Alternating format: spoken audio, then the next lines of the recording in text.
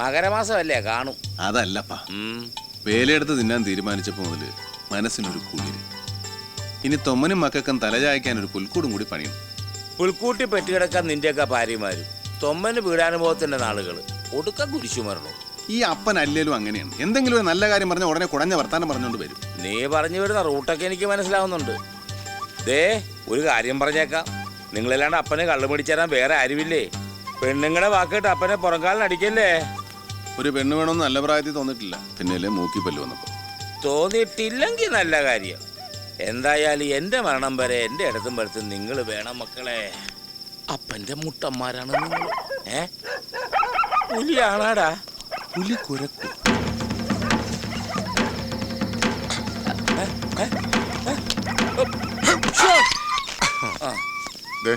കുറച്ച് ചോറ് കിട്ടിയുള്ളൂ, നമുക്ക് 3 പേർ കൂടിയാണ് കഴിക്കാം. എത്ര പറഞ്ഞാലും കട്ട് കഴിവറി കൊണ്ട് വരും. നീ നന്നാകലെ ആരോടെങ്കിലും പെറ്റു വെച്ചിട്ടുണ്ടാ? എന്താടാ ഇത്? എന്റെ അപ്പ ഇത് കട്ടതും ഓടിച്ചൊന്നും അല്ല. നീ എന്തിനാണ് ഓടിയത്? പട്ടി കടിച്ച് പേള കേട്ട് നിങ്ങളൊന്ന് ഓടിച്ചിട്ട് കടിക്കാനെ കൊണ്ട് വയ്യ, അതുകൊണ്ടാ ഓടിയത്. ചേട്ടോ വിശക്കണമെന്ന് കണ്ട വീട്ടിൽ പോയി തെണ്ടിട്ടു പറഞ്ഞു കേട്ടില്ലേ ശവം? തെണ്ടിയതായാലും മോട്ടിച്ചാലും നീ തന്നെ നിന്നാ മതി. എന്നാ ഒരു സത്യം പറയട്ടെ, ഇത് തെണ്ടിയതും അല്ല മോട്ടിച്ചതും അല്ല. ഞാൻ ആ വീട്ടിൽ ചെന്നിട്ട് വളരെ ഡിസെൻട്രി ആയിട്ട് ഇത്തിരി ചോറ് തരുമെന്ന് അങ്ങോട്ട് ചോദിച്ചു. പാതിരാക്കൊന്ന് ചോറ് വെക്കാൻ എന്റെ അച്ഛൻ വീടാണോ ചോദിച്ചിട്ട് ഒരുത്തമോട്ട് ഒരു ഒറ്റടി. പിന്നെ എനിക്കവിടെ ഭ്രാന്ത് കയറി. ഞാൻ ഇതങ്ങോട്ട് കാണിച്ചിട്ട് എടുക്കടാ ചോറെന്ന് പറഞ്ഞു. അവൻ ചൂല് പോലെ അകത്ത് പോയി ചോറ് എടുത്തോണ്ട് വന്ന്. അങ്ങനെ നല്ല ബെസ്റ്റ് തെമ്മാടിത്തരം കാണിച്ച് മേടിച്ച് ചോറായത്. പാതിരാത്രി ഒരു വീട്ടിൽ കയറി കത്തി കാണിച്ച് ഭക്ഷണം മേടിക്കണതേ തെമ്മാടിത്തരമല്ല, തെണ്ടിത്തരമാണ്. നല്ല ശുദ്ധ തെണ്ടിത്തരം. അല്ല ഞാനും ചോദിച്ചോട്ടെ, നീ എന്ന് മുതലാണ് ഇപ്പൊ മദർ തെരേസ ആയത്? ഇങ്ങനെ പോയാൽ നീ സമാധാനത്തിലുള്ള സന്തോഷവും മേടിക്കുവാനാ പുല്ല്. നീ ഇത് കഴിക്കണ്ട. എനിക്ക് വേണ്ടെന്ന് പറഞ്ഞില്ലേ? നിനക്ക് വേണ്ടെങ്കിൽ എനിക്ക് വേണ്ട പട്ടി. നീ വേണ പട്ടി. നിർത്തണ പട്ടികളെ.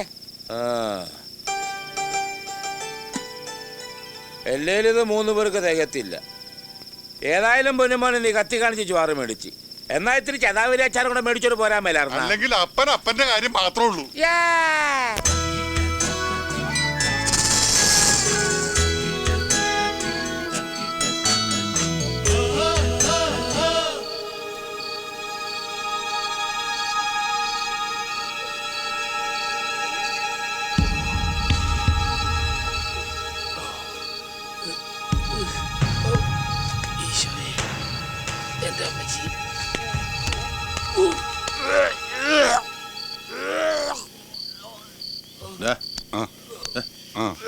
ഒരു പുതിയ കലാപരിപാടി. ഒറ്റക്ക് നിന്റെ കൊതി കിട്ടിയതാണ്. അവനവന്റെ വയറിഞ്ഞ് തിന്നണ്ടേ, ഹൗസ്ഫുള്ളായിട്ട് പുറത്തേക്ക് വരെ. അപ്പൊ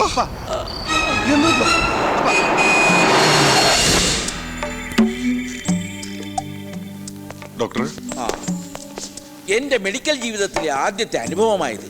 ഈ ഉടുമ്പൽപ്പെട്ടിൽ 2 കേസുകളെ വരാറുള്ളൂ. ഒന്ന് മലയടി വാരത്തുള്ള ആക്സിഡന്റ് കേസുകൾ, പിന്നെ ഇവിടുത്തെ തേവരുടെ ആളുകൾ ഉണ്ടാക്കുന്ന വെട്ട് കേസുകൾ. ദേ കൊണ്ടുപോകുന്ന ഒരെണ്ണം. എൻ്റെ ഓർമ്മയിൽ ഇവിടെ വന്നിട്ടുള്ളവരാരും ജീവനോടെ തിരിച്ചു പോയിട്ടില്ല. ബന്ധുക്കളെല്ലാം വിവരം അറിയിച്ചുള്ളൂ. ഒരു അത്ഭുതമാണ് സംഭവിച്ചിരിക്കുന്നത്. ഈശ്വരകൃപയാൽ അദ്ദേഹത്തിന് ജീവൻ തിരിച്ചു കിട്ടിയിരിക്കുന്നു.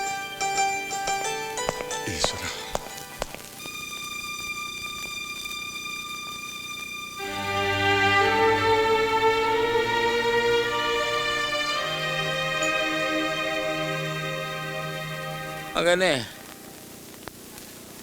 അപ്പനൊരു അന്ത്യാഭിലാഷമുണ്ട്. എന്താണ്? ഒരു അരക്കുപ്പി ബ്രാൻഡ് മേടിച്ച് പൊട്ടിച്ചാൽ ലൂക്കോസ് ഉപ്പിക്കകത്തേക്ക് ഒഴിച്ചതാ. ചപ്പനൊന്നും മുണ്ടാണ്ട് കിടക്കണ്ട. ബ്രാൻഡ് കുടിക്കാൻ പറ്റിയ നേരം. ഓടാ പന്നി. അതെ, ഡ്യൂട്ടി കഴിഞ്ഞിട്ട് റോസമ്മ എന്നെ കണ്ടിട്ടേ പോകാവൂ.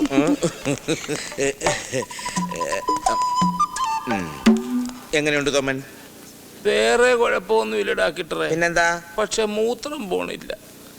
ഈ ലൂക്കോസ് കയറ്റം നിർത്തിയിട്ടേ ഇത്തിരി മൂത്രം കയറ്റിയാൽ മതിയായിരുന്നു. അതെ, ഈ മൂത്രം അകത്തേക്ക് കയറ്റാനുള്ളതല്ല തൊമ്മൻ, അത് പുറത്തേക്ക് ഒഴിക്കാനുള്ളതാ. ഈ ട്രിപ്പ് കഴിഞ്ഞാൽ വേണേ പോകാം കേട്ടോ. എന്നാ ഇന്ന് തന്നെ ഡിസ്കണക്ട് ചെയ്തേക്ക് ഡോക്ടറെ. പേഷ്യന്റ് നിങ്ങളുടെ ആരാ? അപ്പനാണ്. ആഹാ, എന്തെങ്കിലും ഫാമിലി പ്രോബ്ലംസ് ഉണ്ടായിരുന്നോ? അപ്പന് ഫാമിലി ഒന്നുമില്ല, ഞങ്ങള് മക്കള് മാത്രമേ ഉള്ളൂ. ഓഹോ. അല്ല ഡോക്ടറെ, അപ്പനെന്താണ് സൂക്കേട്? Suicide attempt. അയ്യോ, അതത്രയും വലിയ സൂക്കേടാണോ? അല്ല, നല്ല അടിയിട്ടാത്തതിന്റെ സൂക്കേടാ. ആത്മഹത്യാശ്രമം. ഇന്നലെ രാത്രിയിലെ ഭക്ഷണത്തിൽ വിഷം ചേർത്ത് കഴിച്ചതാ. ജീവിതത്തിൽ പല പ്രശ്നങ്ങളും ഉണ്ടാകും എന്ന് കരുതി വിഷം കഴിക്കുകയാണ് വേണ്ടത്. അങ്ങനെയാണെങ്കിൽ ദിവസവും 3 നേരം ഞാൻ വിഷം കഴിക്കണമല്ലോ. ഈ നിൽക്കുന്ന റോസമ്മ ചുരുങ്ങിയത് 4 നേരവും. ഞങ്ങളെ പറ്റി എന്തെല്ലാം അപവാദങ്ങളാണ് എൻ്റെ ഭാര്യ പറഞ്ഞു നടക്കുന്നതെന്ന് അറിയാവോ? എല്ലാം ഞാൻ നേരിടുന്നില്ലേ, സഹിക്കുന്നില്ലേ? പ്രശ്നങ്ങളെ ഫേസ് ചെയ്യൂ Thoman. Take it easy, everything will be all right. Okay? Doctor's റൂമിലേക്ക് നടക്കുന്ന സമയം അപ്പനെ ഈ കോലത്തിൽ കിടത്തിയപ്പോ നിനക്ക് സമാധാനമായില്ല. എടാ, പാതിരാത്രി ഒരു വീട്ടിൽ കയറി ചെന്ന് കത്ത് കാണിച്ച് ഭക്ഷണം ചോദിക്കുമ്പോ ഓർക്കണമായിരുന്നു അവര് ചതിക്കുമെന്ന്. ആ വീട്ടുകാർക്കുള്ള നന്ദി ചൂടോടെ പറഞ്ഞിട്ട് വരാം. ബാക്കി നിനക്ക് വന്നിട്ട് മാറി അത് പോട്ടെ, നീ ചോദിക്കാൻ നിൽക്കണ്ട. മകനെ, നീ ഇങ്ങോട്ട് വന്നേ. എന്താ ഇവിടെ ഇരുന്നേ. സത്യം പറ, പൂർവ്വവൈരാഗ്യം മനസ്സിൽ വെച്ചാണ്ട് നീ എനിക്ക് വിഷം തന്നതല്ലേ? അപ്പാ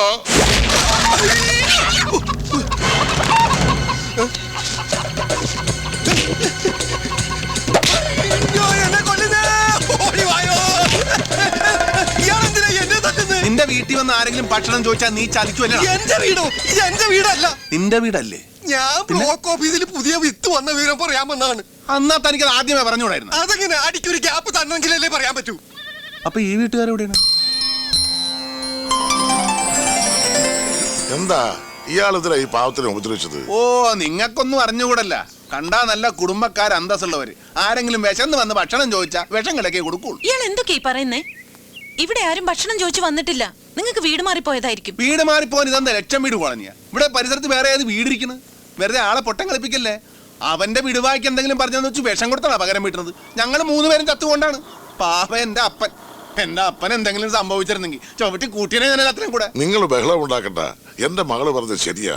ഇന്നലെ ആരും ഭക്ഷണം ചോദിച്ചിവിടെ വന്നിട്ടില്ല.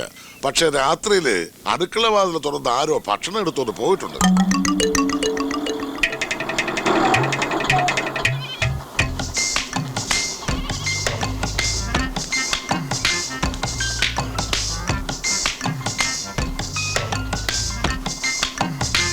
അപ്പൊ അടുക്കളയിൽ നിങ്ങൾ വിഷം കലക്കിയാണോ ഭക്ഷണം വെക്കണത്? ഭക്ഷണത്തില് വിഷം ചേർത്ത ശരിയാ. അത് മറ്റാർക്കും വേണ്ടിയല്ല, എനിക്കും എന്റെ ഈ മക്കൾക്കും വേണ്ടിയാ. എല്ലാം അവസാനിപ്പിച്ച് കുടുംബത്തോടെ അങ്ങ് പോകാൻ വേണ്ടി ചെയ്തതാ.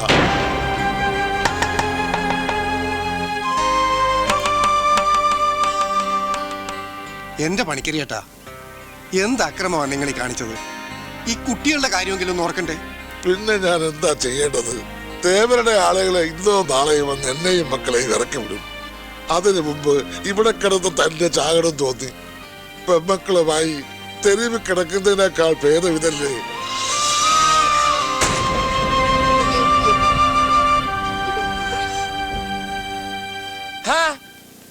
ജീവിതത്തിൽ പ്രശ്നങ്ങൾ വരുമ്പോ ഇങ്ങനെയൊക്കെയാണാ ചിന്തിക്കണത്?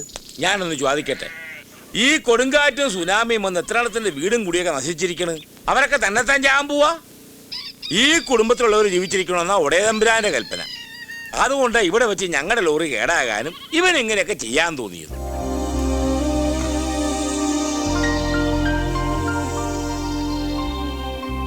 അതെ, അതുകൊണ്ട് ഇതുപോലുള്ള ദുർബുദ്ധിയൊന്നും ഇനി കാണിക്കരുത്. എപ്പോഴും ഇതുപോലെ ഒന്ന് രക്ഷപ്പെടുത്താൻ എനിക്ക് കഴിഞ്ഞൊന്നും വരില്ല.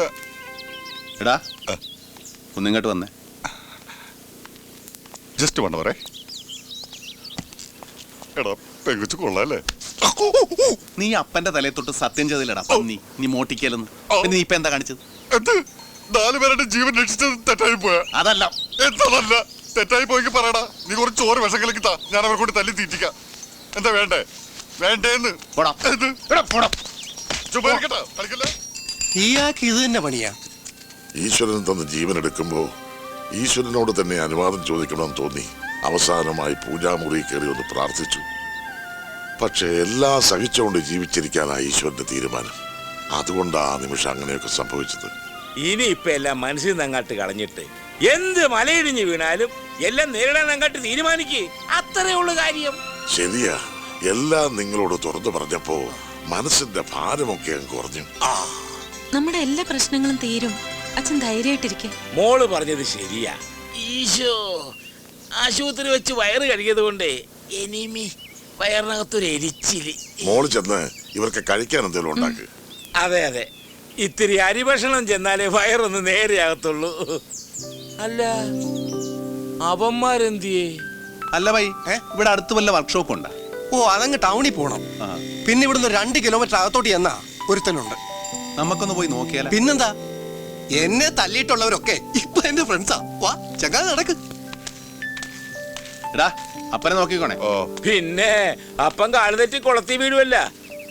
ഡാ ആ അപ്പന്റെ പതിവ് മറക്കല്ലേ മകനെ. ആ